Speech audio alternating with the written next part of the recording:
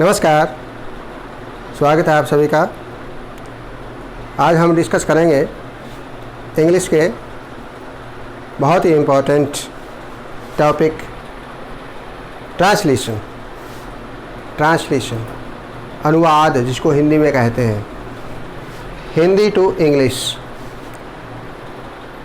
जैसे कि आप सभी जानते हैं कि इंग्लिश मीडियम से जो स्टडी करते हैं स्टूडेंट, उनको शायद इतनी दिक्कत ना आए ट्रांसलेशन से रिलेटेड, क्योंकि उनकी जो थिंकिंग है वो इंग्लिश में हो सकती है और इंग्लिश में थिंकिंग होने के बाद वो कन्वर्सेशन में उनको प्रॉब्लम कम आएगी। लेकिन हिंदी मीडियम के स्टूडेंट्स जो होते हैं, कई बार वो हिंदी में अच्छा बोल सकते हैं या दूसरी भाषा के जो मीडियम के स्टूडेंट्स होते हैं वो उस भाषा में अच्छी तरह बोल सकते हैं, लेकिन वही बात जब उनको इंग्लिश में कहनी होती है तो उसमें वो फ्लुएंसी नहीं आएगी। लगातार धारा प्रवाह बोलने की जो कला हिंदी में होती है या उसकी अपनी मातृभाषा में होती है, वो इंग्लिश में नहीं हो पाती। इसका एक कारण सभी आप जानते हैं कि English is a foreign language, एक ये विदेशी भाषा है। इस पर हमारी पकड़ अच्छी हो उसके लिए हम टेंस की जानकारी हासिल करते हैं, वर्ब की जानकारी हासिल करते हैं, जो दूसरे ग्रामर के चैप्टर हैं उन पर डिस्कस करते हैं, वोकैबुलरीज में इंक्रीजिंग हम करते हैं, लगातार प्रयास करते हैं। उसके बावजूद भी हमारे को फ्लुएंटली बोलने में, इंग्लिश बोलने में हमारे को दिक्कत आती है। कन्वर्सेशन जब हम करते हैं तो हमारे को अपनी भाषा में, हिंदी में या दूसरी लैंग्वेज में हमें सोचते हैं और फिर उसको हिंदी में, इंग्लिश में कन्वर्ट करने की कोशिश करते हैं, ट्रांसलेट करने की कोशिश करते हैं। यदि आप प्रैक्टिस करेंगे तो आपकी ये समस्या दूर हो जाएगी। आपको इंग्लिश में बात करना बहुत आपके लिए आसान हो जाएगा। तो हम आपकी समस्या दूर करेंगे, इस पर डिस्कस हम कर रहे हैं। ये पार्ट 1 है। इससे पहले मैं कहना चाहूँगा कि जो टेंसेस से रिलेटेड हमने वीडियो लेक्चर तैयार किए हैं, टेंसेस के जो पार्ट्स पर हमने डिस्कस किया है, काल जिसको हम हिंदी में कहते हैं, वो वीडियो आपने ज़रूर वॉच करनी चाहिए। इससे अतिरिक्त मोडाल्स, कैन, कुड, मस्ट में माइट का यूज़ हम कहाँ कहाँ करते हैं, ये भी आपने ध्यान से देखना चाहिए, ताकि आपको कन्वर्सेशन से रिलेटेड आपकी जो समस्या है वो दूर हो जाए। तो हम जैसे कोई भी इसके बारे में सोच सकता है, तुम क्या कर रहे हो, हम उसको किसी को भी आसानी से कह सकते हैं कि तुम क्या कर रहे हो। मैं पत्थर लिख रहा हूँ, किसी ने कहा मैं पत्थर लिख रहा हूँ। वह खाना नहीं खाएगी, ये कहा किसी ने। क्या आप पाठशाला जाते हैं, वह पत्थर लिखती है। वर्षा हो रही है, सुबह से वर्षा हो रही है, मैंने पत्थर लिखा। बलवीर ने पत्थर नहीं लिखा, क्या शीला ने पत्थर लिखा।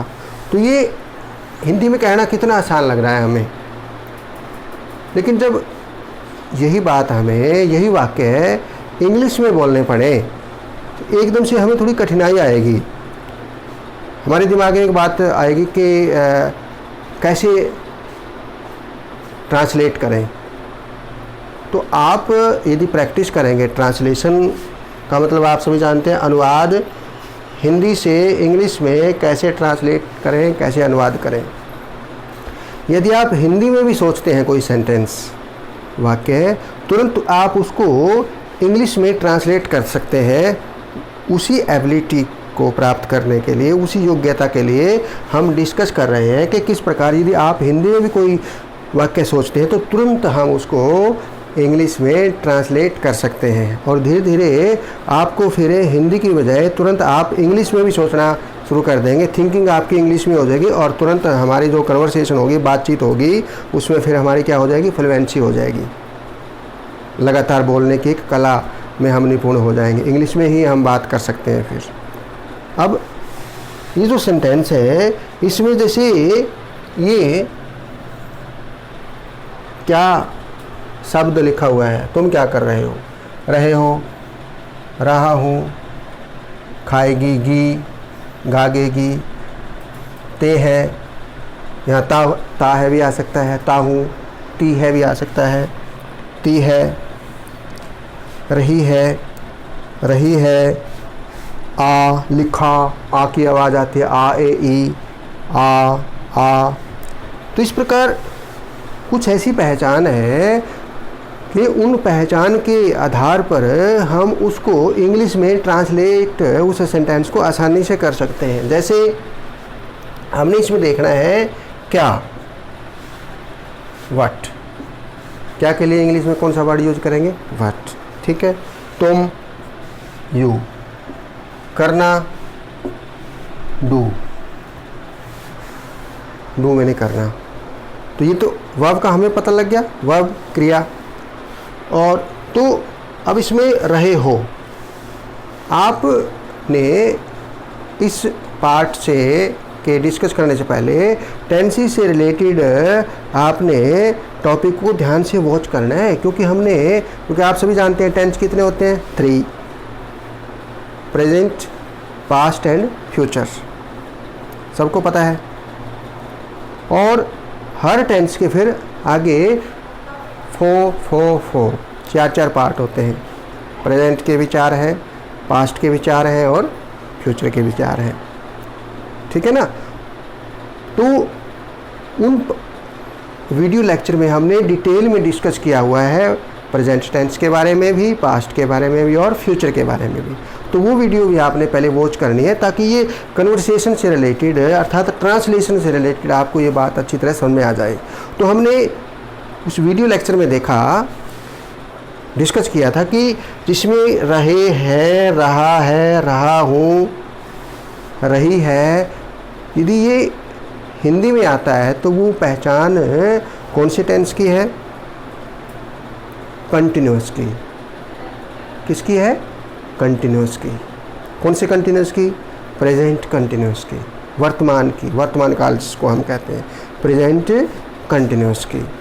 और जब गागेगी की बात आती है, गागेगी, फ्यूचर इंडेफिनिट की, अर्थात सिंपल फ्यूचर जिसको हम बोलते हैं। और ता है, ते है, ती है, इसकी सेंस में हमने किस में डिस्कस किया, प्रेजेंट इंडेफिनिट अर्थात सिंपल प्रेजेंट।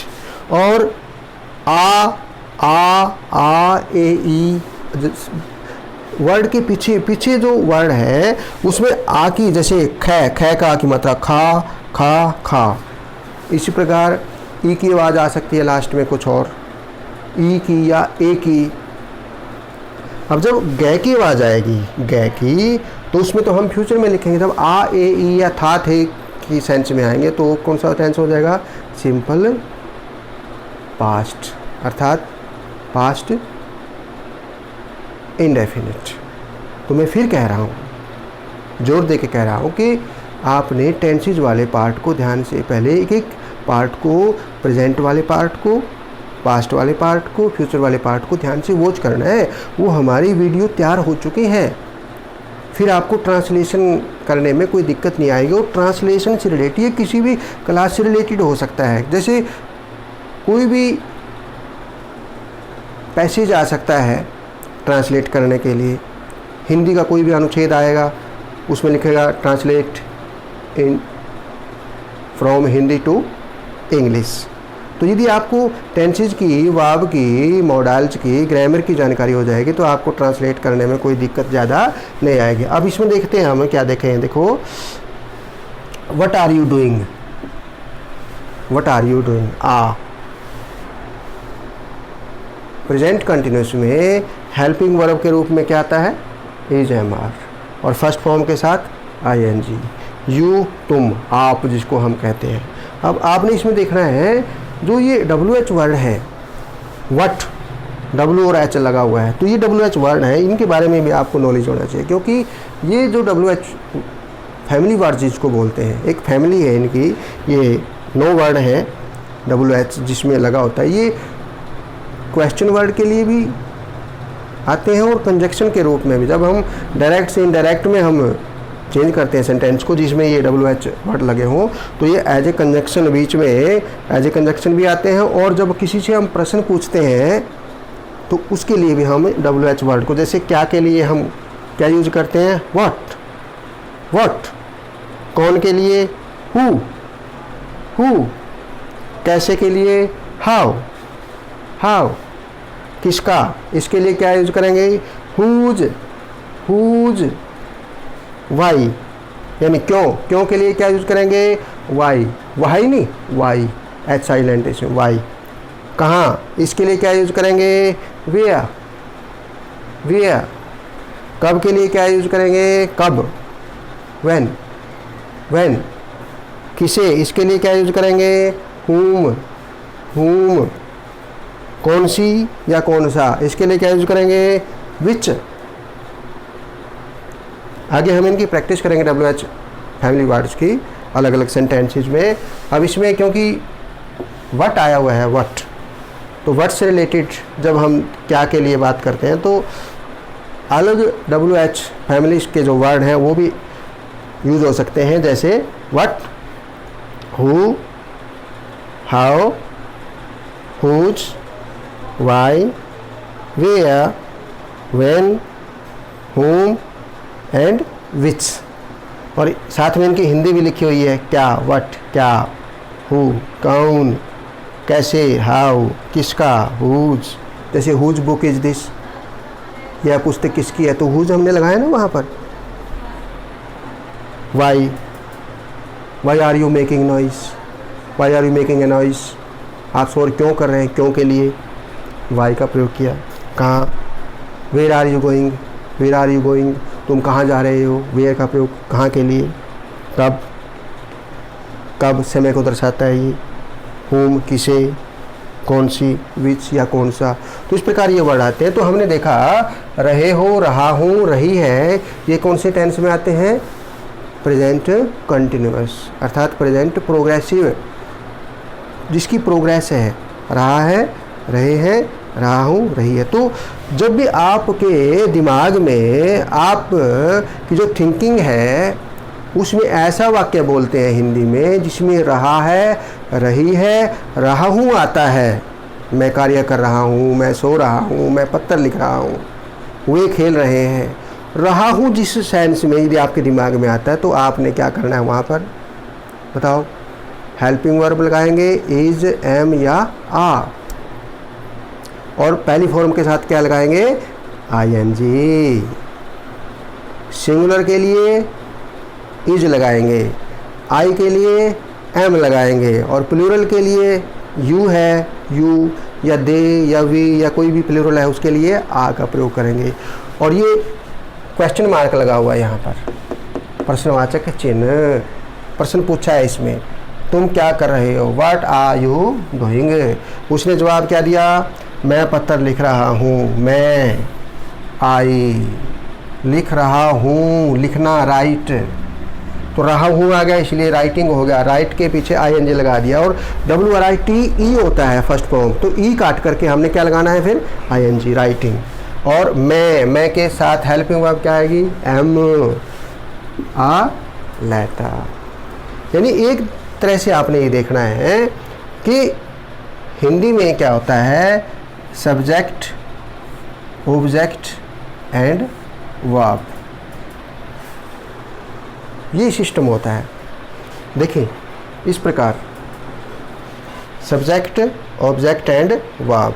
लेकिन इंग्लिश में क्या होगा, सब्जेक्ट, वर्ब एंड ऑब्जेक्ट। ये डिफरेंस आपने देखना है, देखें इस डिफरेंस को हिंदी में और इंग्लिश में। हिंदी में क्या है, सब्जेक्ट आया पहले, उसके बाद जो ऑब्जेक्ट है, क्रम है, जो क्रम है, कर्म, कर्म, ऑब्जेक्ट, ये आया है देखो पत्र। और उसके बाद क्या है, लिखना, लिख रहा हूँ, वर्ब। लेकिन इंग्लिश में जो वर्ब है वो सब्जेक्ट के तुरंत बाद आ गई है, और जो लेटर है यानी पत्र है वो वर्ब के बाद आया, तो ये SVO हो गया। इंग्लिश में क्या हो गया SVO, और हिंदी में क्या हुआ SOV, SOV, कर्ता, कर्म, क्रिया, कर्ता, कर्म, क्रिया। और इसमें क्या हो गया, कर्ता, क्रिया, कर्म, यानी इसमें SVO, पहले सब्जेक्ट आया, फिर वर्ब आई है, और फिर ऑब्जेक्ट आया है। और इसमें पहले सब्जेक्ट, ऑब्जेक्ट वर्ब से पहले आ गया, मैं पत्थर लिख रहा हूँ, SOV, और इसमें SVO। तो ये ध्यान देना है आपने, जब आप इंग्लिश में कोई बात करेंगे तो पहले सब्जेक्ट के बाद वर्ब लिख देंगे और ऑब्जेक्ट बाद में लिखेंगे।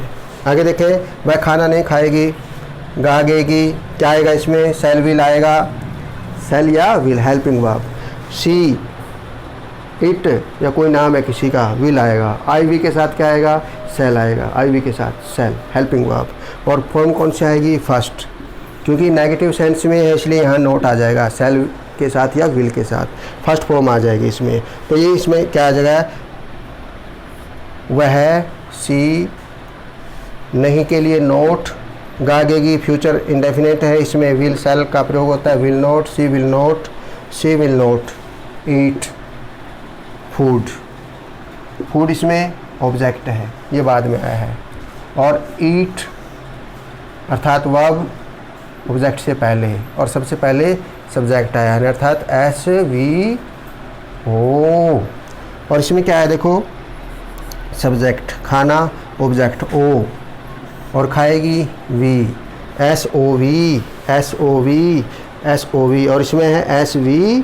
तो इसमें देखना है आपने कि हमने इंग्लिश में हम हेल्पिंग वर्ब के बाद वर्ब लिख देंगे और जो ऑब्जेक्ट है बाद में लिखे, लेकिन इसमें खाना सब्जेक्ट के तुरंत बाद आ जाएगा, वह खाना नहीं खाएगी, she will not eat food, first form आ गई इसमें हेल्पिंग वर्ब इज MR के साथ फर्स्ट फॉर्म प्लस ING। इसमें देखो, क्या आप पाठशाला जाते हैं, ते हैं, सिंपल प्रेजेंट, क्या क्वेश्चन मार्क लग गया, इसमें प्रश्न पूछा है, डू सबसे पहले, डू या डच।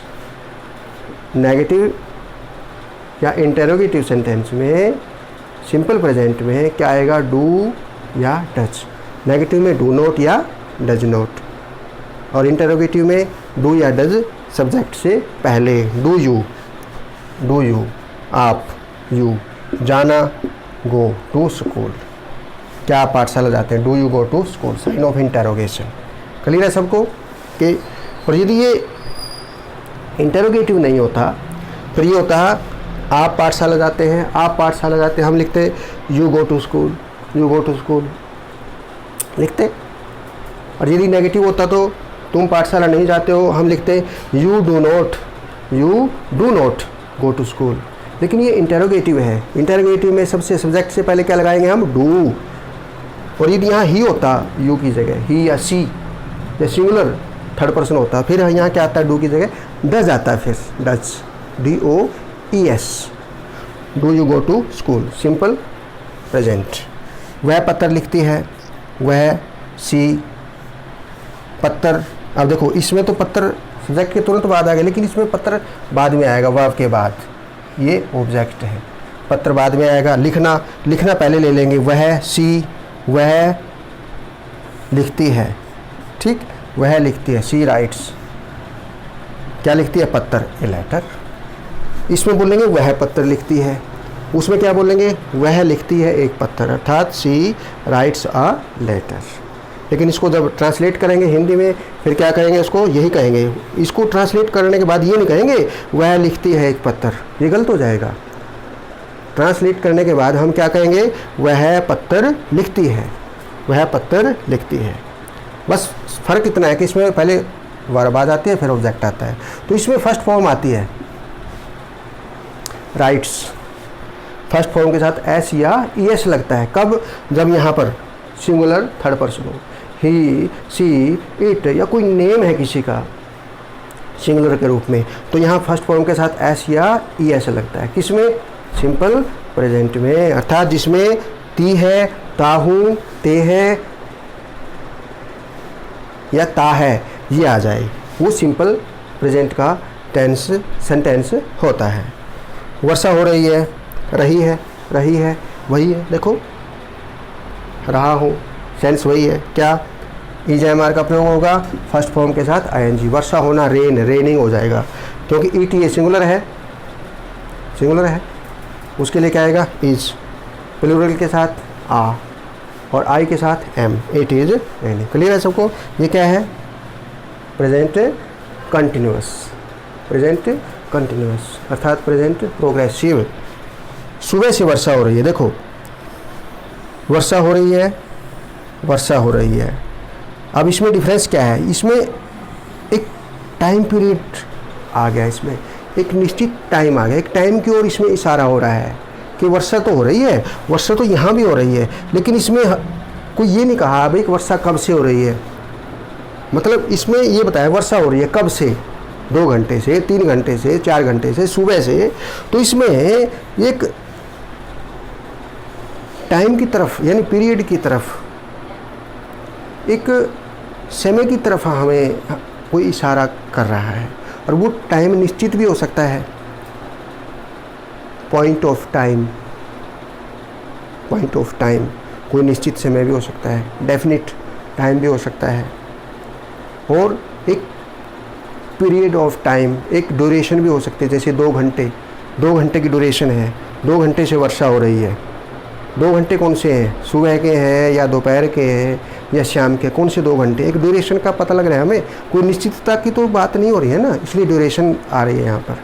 तो जहाँ ड्यूरेशन की बात हो रही है, टाइम पीरियड की बात हो रही है, तो वहाँ पर हम क्या लगाएंगे, FOR, फो। और जो टाइम निश्चित है, जैसे सुबह से मॉर्निंग, ये निश्चित है, पॉइंट ऑफ टाइम एक निश्चित की तरफ, डेफिनिट टाइम की तरफ इशारा हो रहा है। शाम से, जैसे शाम से इवनिंग, तो निश्चित टाइम की तरफ जब हम इशारा करते हैं तो हम क्या लगाते हैं, वहाँ पर सिंस का प्रयोग करते हैं। तो अब इसमें डिफरेंस क्या आ गया, देखो इसमें भी रही है और इसमें भी रही है, लेकिन डिफरेंस क्या है, से वर्षा हो रही है, इसमें वर्षा हो रही है, इसमें से वर्षा हो रही है, यानी से का मतलब किसी न किसी टाइम की ओर इशारा हो रहा है। वो डेफिनेट टाइम भी हो सकता है और एक ड्यूरेशन टाइम भी हो सकता है, जिसके लिए फॉर का प्रयोग करते हैं, और डेफिनेट के लिए, निश्चित समय के लिए, पॉइंट ऑफ टाइम के लिए सिंस का प्रयोग करते हैं। तो से वर्षा हो रही है, से रही है, से रहा हूँ, से रही है, तो इसमें से शब्द साथ में लग गया, तो इसके लिए ये कौन सा टेंस हो गया, प्रेजेंट परफेक्ट कंटिन्यूअस। ये कौन सा था, प्रेजेंट कंटिन्यूअस, और ये प्रेजेंट परफेक्ट कंटिन्यूअस। क्लियर है। इट हैज़ बीन रेनिंग, इसमें हैज़ बीन या हैव बीन लगता है, प्रेजेंट परफेक्ट कंटिन्यूअस में हैज़ बीन या have been. Singular plural, singular के साथ हैज़ बीन, प्लूरल के साथ हैव बीन, और आई भी सिंगुलर होता है वैसे, लेकिन आई के साथ भी क्या लगेगा, हैव बीन लगेगा। इट हैज़ बीन, इट के साथ has been, raining first form के साथ आईएनजी, सिंस क्योंकि पॉइंट ऑफ टाइम है, निश्चित समय है, ड्यूरेशन नहीं है 2 घंटे की, 3 घंटे की, 4 घंटे की, नहीं तो 4 आता, सिंस मॉर्निंग। मैंने पत्र लिखा, ए की, आई, मैंने आई, रोट लिखा। सिंपल पास्ट है ये, सिंपल पास्ट में वर्ब की फॉर्म कौन सी आती है, सेकंड आती है। फर्स्ट राइट है, फर्स्ट क्या है, राइट, WRIT, सेकंड आएगी wrote, write, wrote, written, wrote a letter. इसमें वही सिस्टम है, देखो मैंने सब्जेक्ट, पत्थर ऑब्जेक्ट, और लिखा ये वर्ब है, SOV, और इसमें क्या देखो, सब्जेक्ट V और a लेटर ऑब्जेक्ट SVO। मैंने लिखा क्या, एक पत्थर, मैंने लिखा एक पत्थर। लेकिन जब हिंदी में हम इसको ट्रांसलेट करेंगे, ऐसे नहीं लिखेंगे मैंने लिखा एक पत्थर, मैंने पत्थर लिखा, मैंने पत्थर लिखा। लेकिन जब इंग्लिश में इसको ट्रांसलेट करेंगे, फिर वर्ब पहले लगा देंगे और ऑब्जेक्ट बाद में, आई रॉट ए लेटर। बलवीर ने पत्थर नहीं लिखा, इसमें नेगेटिव है, और नेगेटिव के लिए हम क्या लगाते हैं, डिड नॉट, क्या लगाते हैं, डिड नॉट। जैसे सिंपल प्रेजेंट में डू नॉट या डज नॉट लगाते हैं, डू नॉट या डज नॉट। तो सिंपल पास्ट के नेगेटिव में क्या लगाते हैं हम, सिंपल पास्ट के नेगेटिव में डिड नॉट, और डिड नॉट के साथ हमेशा फर्स्ट फॉर्म आते हैं, ये ध्यान रखना है आपने। वैसे देखो यहाँ रॉट है, रॉट सेकंड फॉर्म है, सिंपल पास्ट में सेकंड फॉर्म आते हैं, लेकिन जब ये नेगेटिव हो जाएगा, डिड नॉट आएगा, तो डिड नॉट के साथ कौन सी फॉर्म लगानी है आपने, first. Balveer did not write a letter. क्या शीला ने पत्र लिखा, डिड। अब यदि हम देखो ये डिड यहाँ ना हो और ये सिंपल मतलब सेंटेंस हो जाए, अफर्मेटिव सेंटेंस हो जाए, तो फिर ये क्वेश्चन मार्क नहीं आएगा। पहली बात तो ये है। और आपने ये भी देखना है इंग्लिश में क्या लगाते हैं हम, फुल स्टॉप, फुल स्टॉप। और पूर्ण विराम, हिंदी में पूर्ण विराम के लिए ये ऐसे लगाते हैं, ये ध्यान रखना आपने। हिंदी में पूर्ण विराम ऐसे होता है और इंग्लिश में पूर्ण विराम है अर्थात फुल स्टॉप का ऐसे होता है। ठीक है। अब मान लो क्वेश्चन मार्क यहाँ नहीं लगा है तो फिर क्या लिखेंगे हम, शीला ने पत्र लिखा, शीला ने पत्र लिखा, शीला रोट ए लेटर, फिर रोट आएगा यहाँ पर, राइट की जगह रोट हो जाएगा क्योंकि अफर्मेटिव सेंटेंस है, ये सकारात्मक वाक्य है, शीला रोट ए लेटर। लेकिन ये सेंटेंस क्या है, ये प्रश्नवाचक सेंटेंस है, प्रश्नवाचक वाक्य है। क्या शीला ने पत्र लिखा, क्या शीला ने पत्र लिखा, तो उसके लिए हम क्या के लिए वट नहीं लगाएंगे हम। जैसे इसमें तुम क्या कर रहे हो, कई बच्चे सोचेंगे इसमें क्या के लिए वट लगाया, इसमें क्या के लिए वट क्यों नहीं लगाया। नो,